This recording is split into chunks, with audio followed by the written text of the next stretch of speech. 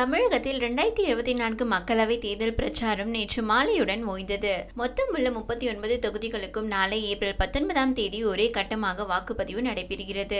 இதையொட்டி புதிய ஏற்பாடுகளை இந்திய தேர்தல் ஆணையம் செய்துள்ளது. வாக்களிக்க செல்பவர்கள் வாக்காளர் அடையாள அட்டையை கொண்டு செல்வது அவசியம். மேலும் பூத் ஸ்லிப் எடுத்து செல்ல வேண்டும். அதில் வாக்காளரின் பெயர், வயது, பாலினம், தொகுதி, வாக்குச்சாவடி, வாக்குப்பதிவு நாள் உள்ளிட்ட விவரங்கள் இடம்பெற்றிருக்கும். இவற்றை வீடு வீடாக சென்று அரசியல் கட்சியினரும் தேர்தல் அதிகாரிகளும் உரிய முறையில் விநியோகம் செய்துள்ளனர். இந்நிலையில் தமிழ்நாடு முதல்வரும் திமுக தலைவருமான மு.க. ஸ்டாலின் தனது கட்சியினருக்கு தேர்தல் பணிகளை சிறப்பாக ஆற்றுவது தொடர்பாக முக்கிய அறிவுறுத்தல்களை வழங்கியுள்ளார். இது தொடர்பாக அவர் எழுதிய கடிதத்தில், நம் உயிருடன் கலந்திருக்கும் தலைவர் கலைஞரின் அன்பு உடன்பிறப்புகளுக்கு உங்களில் ஒருவன் எழுதும் மடல். மொத்தம் 7 கட்டங்களாக நடைபெறவிருக்கும் இந்தியாவின் 18வது நாடாளுமன்ற பொது தேர்தலின் முதல் கட்ட வாக்குப்பதிவு நடைபெறும் தமிழ்நாட்டின் 39 மக்களவை தொகுதிகளும் புதுச்சேரியின் ஒரு மக்களவை தொகுதியும் உள்ளடங்கிய 102 தொகுதிகளிலும் நடைபெறுகிறது.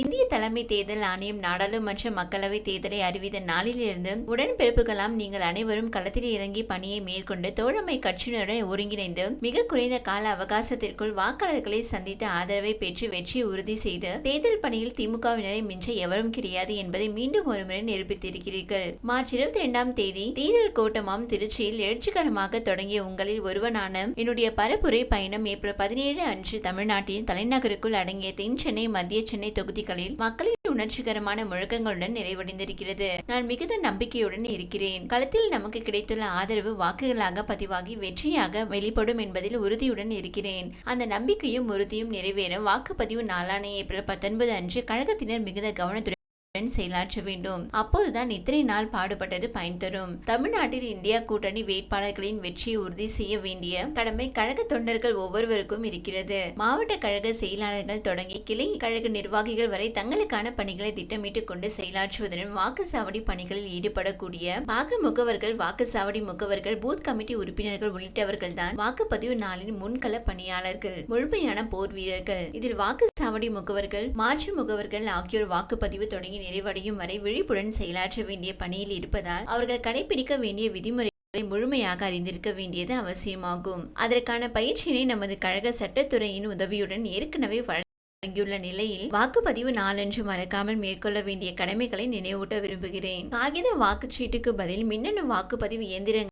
பொதுமக்கள் வாக்களிப்பதால் நாம் பின்பற்ற வேண்டிய விதிமுறைகளும் கவனிக்க வேண்டிய நடைமுறைகளும் நிறைய உள்ளன.